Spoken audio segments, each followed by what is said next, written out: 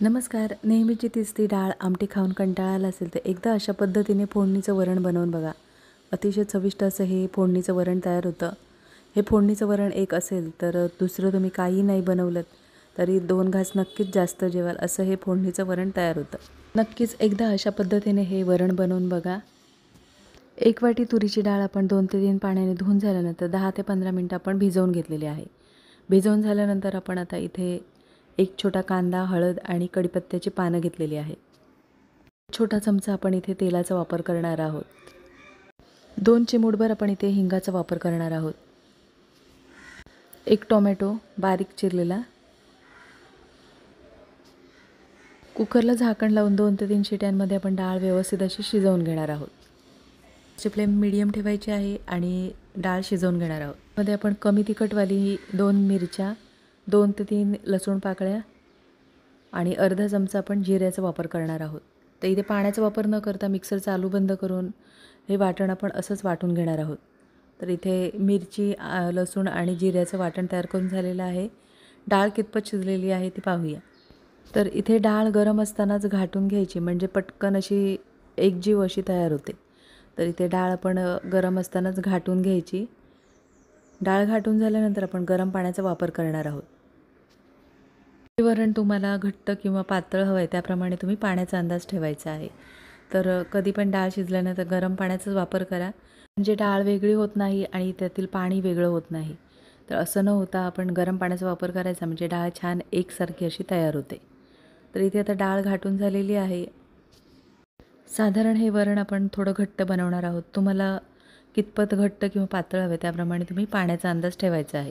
पातेल्यामध्ये आपण फोडणीपुरतं तेल गरम करून घेणार आहोत. तेल गरम करून झाल्यानंतर अर्धा चमचा आपण इथे मोहरीचा वापर करणार आहोत. मोहरी छान तडतडू द्यायची. 2 चिमूटभर हिंगाचा वापर करणार आहोत. 2 काश्मीरी लाल मिरचीचा वापर करणार आहोत. असेल तर वापरा, नसेल तर नाही वापरल्या तरीसुद्धा चालेल. इथे तुम्ही हिरव्या मिरचीचा सुद्धा वापर करू शकता. त्याच्या भांड्यामध्ये आपण वाटण तयार करून घेतलेलं आहे. मिरची, लसूण आणि जिरे त्याचं आपण आता फोडणी करून घेणार आहोत. आणि 3 ते 4 कढीपत्त्याची पानं. गॅसची फ्लेम स्लो ठेवायची आहे आणि स्लो गॅसवर आपण फोडणी छान खमंग करून घेणार आहोत. आपण लसूण ठेचून न घेता आपण मिक्सरच्या भांड्यामध्ये बारीक करून घेतलेला आहे.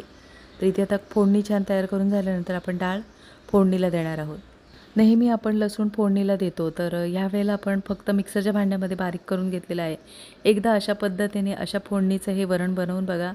अतिशय चविष्ट असं हे फोडणीचं वरण तयार होतं. ज्या कुकरमध्ये आपण डाळ शिजवून घेतली ते कुकर आपण धुवून घेणार आहोत. तर इथे तुम्हाला डाळ वरण कितपत घट्ट किंवा पातळ हवे त्याप्रमाणे तुम्ही पाण्याचा अंदाज ठेवायचा आहे. तर इथे आपण वरण उकळण्याच्या अगोदर आपण थोडंसं इथे ओल्या खोबऱ्याचा वापर करणार आहोत. ओल्या खोबऱ्यामुळे ह्या वरणाला छान अशी चव येते. तर इथे आता खोबऱ्याचा वापर केल्यानंतर एकदा आपण वरण ढवळून घेणार आहोत. बारीक चिरलेली कोथिंबीर आणि अर्ध्या टोमॅटोचा वापर केलेला. तर इथे व्हिडिओ थोडा स्किप झालेला त्याच्यामुळे इथे टोमॅटो टाकताना व्हिडिओ झाला नाही. तर इथे मी अर्ध्या टोमॅटोचा वापर केलेला आहे. कोथिंबीर टाकल्यानंतर आपण अर्ध्या टोमॅटोचे बारीक असे तुकडे करून डाळीमध्ये आपण वापरलेला आहे. तर इथे आता वरणाला छान अशी उकळ येऊ द्यायची आहे. चवीनुसार मीठ, कोथिंबीर आणि खोबऱ्याचा वापर केल्यानंतर आता वरण आपण छान उकळून घेणार आहोत. ते 3 मिनिटासाठी आपण वरण छान उकळून घेणार आहोत म्हणजे फोडणीचा छान असा स्वाद येतो. हे एक फोडणीचं वरण असेल, लोणचं पापड असेल तर तुम्ही दुसरं काही नाही बनवलं तरी नक्कीच 2 घास जास्त जेवाल असं हे फोडणीचं वरण तयार होतं. नक्की एकदा अशा पद्धतीने हे वरण बनवून बघा आणि कमेंटमध्ये मला नक्कीच सांगा. तर इथे आता 2 ते 3 मिनटं झालेली आहेत आणि वरणाला छान उकळ आलेली आहे आणि आता आपण गॅस बंद करायचा आहे.